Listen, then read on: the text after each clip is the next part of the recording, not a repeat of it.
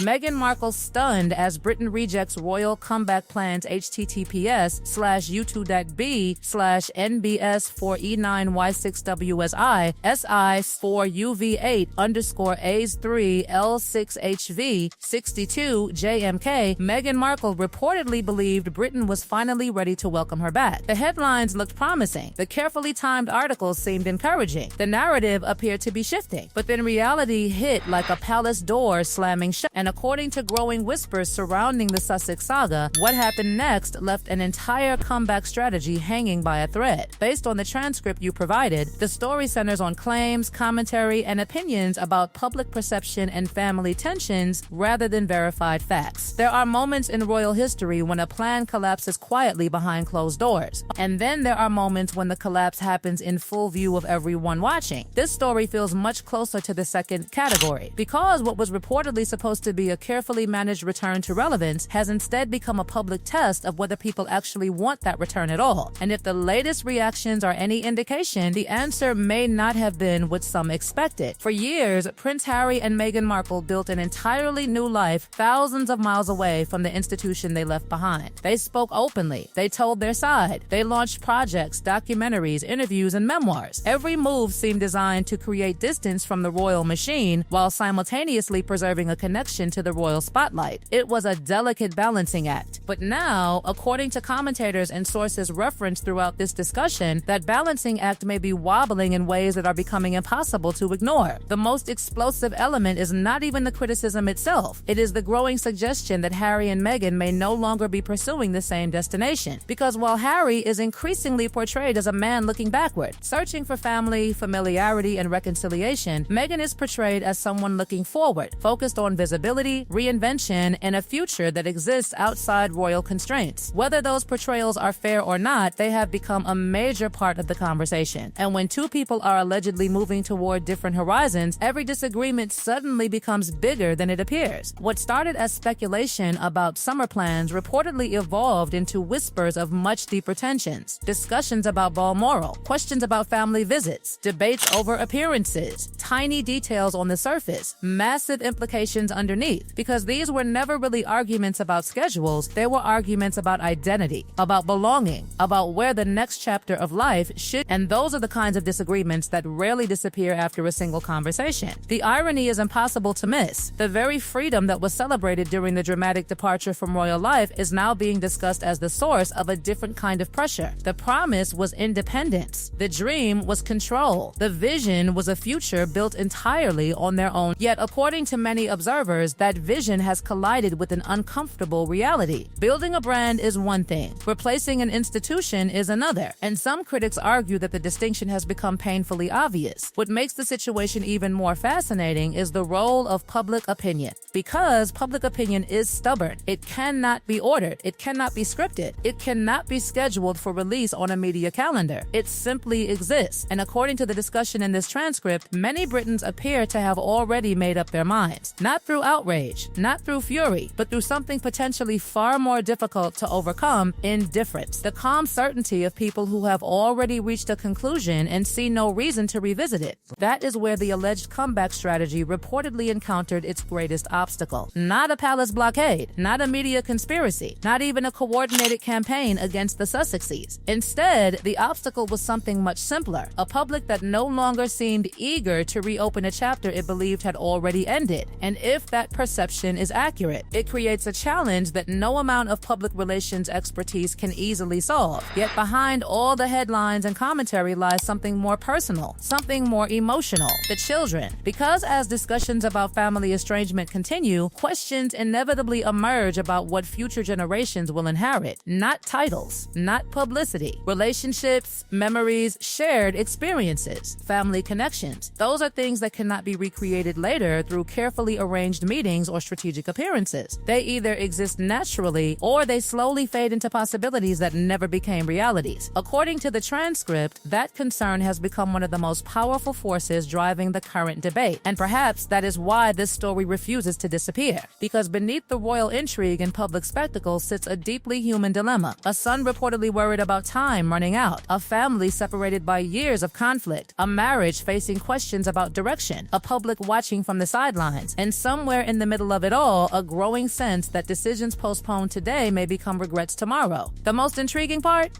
Nobody seems entirely sure what happens next. The palace appears cautious. The public appears unconvinced. The commentary grows louder. The speculation grows deeper. And with every passing month, the pressure surrounding these unresolved questions appears to intensify. Because if there is one thing this entire saga has revealed, it is that leaving is easy compared to returning. And the longer the distance grows, the harder the journey back becomes. Whether that journey ever truly happens remains the question hanging over everything. The headlines may continue to change. The narratives may continue to evolve, but the mystery at the center of this story remains exactly the same. When family, legacy, regret, and ambition all collide at once, which force ultimately wins?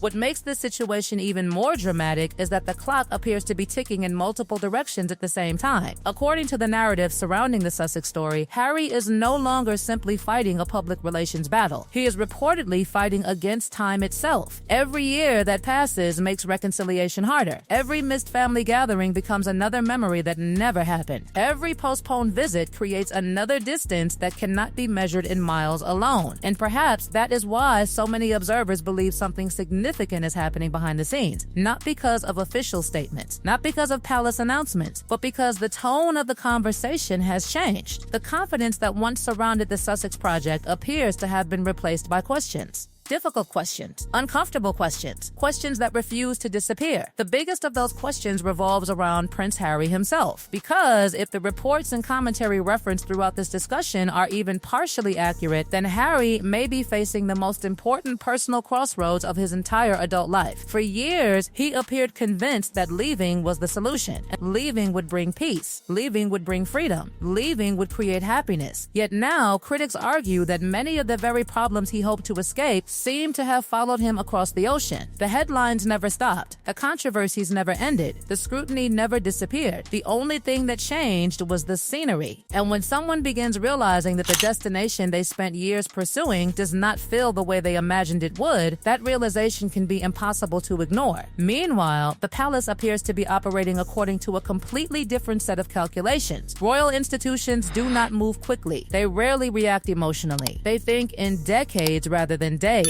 And according to the opinions discussed in the transcript, the royal family's approach has become increasingly defined by caution rather than reconciliation. Trust, once broken, is difficult to rebuild, especially when private conversations have repeatedly become public stories, especially when family disagreements have evolved into international headlines. From that perspective, every potential reunion comes attached to risks that cannot easily be dismissed. Then there is Prince William, and that may be where the future becomes even more uncertain, because while King Charles is frequently portrayed as someone who still hopes for family healing, William is often described as far less willing to revisit old wounds. Whether those descriptions are fair or not, they have become deeply embedded in the wider narrative. The image that emerges is of a future king who believes some lines cannot simply be erased because enough time has passed. And if that perception reflects reality even slightly, it means Harry may be looking at a narrowing window of opportunity rather than an expanding one. But perhaps the most devastating part of the entire story has nothing to do with titles, palaces, media campaigns, or public opinion. It is the possibility of regret. Regret has haunted this saga from the very beginning. Regret over interviews, regret over relationships, regret over things said in anger and things left unsaid in moments that mattered. The transcript repeatedly returns to that theme because it sits at the center of everything. A son worried about repeating history, a father growing older, children growing up, time moving forward whether anyone is ready for it or not. Those realities cannot be negotiated with. They cannot be delayed. They simply continue. And that is why the alleged comeback campaign may never have been the real story at all. The real story is much deeper. It is about identity. It is about belonging. It is about a man reportedly discovering that walking away from something does not automatically stop it from remaining part of who you are. It is about the difference between building a new life and escaping an old one. Most importantly, it is about whether certain relationships can still be repaired before opportunities disappear forever. But as things stand, Britain appears unconvinced. The palace appears cautious. The Sussex marriage is the subject of constant speculation, and the future remains uncertain. Yet uncertainty is exactly what keeps this story alive, because nobody truly knows what Harry will do next. Nobody knows whether reconciliation will happen. Nobody knows whether family wounds will heal or deepen. All anyone can see are the signs, the tensions, the rumors, and the growing sense that a major decision may eventually be unavoidable. And if there is one conclusion that keeps surfacing throughout this entire saga, it is this: a comeback is not really about returning to a place. It is about returning to people. The public can reject a campaign. The media can reject the narrative. Even institutions can reject a proposal. But family is a different question entirely. And somewhere behind the headlines, beyond the palace gates, beyond the commentary and controversy, that question remains unanswered. For now, the world continues watching, because the final chapter of this story still feels unwritten. And sometimes the most explosive royal drama is not the scandal everyone sees, but the decision someone has not yet made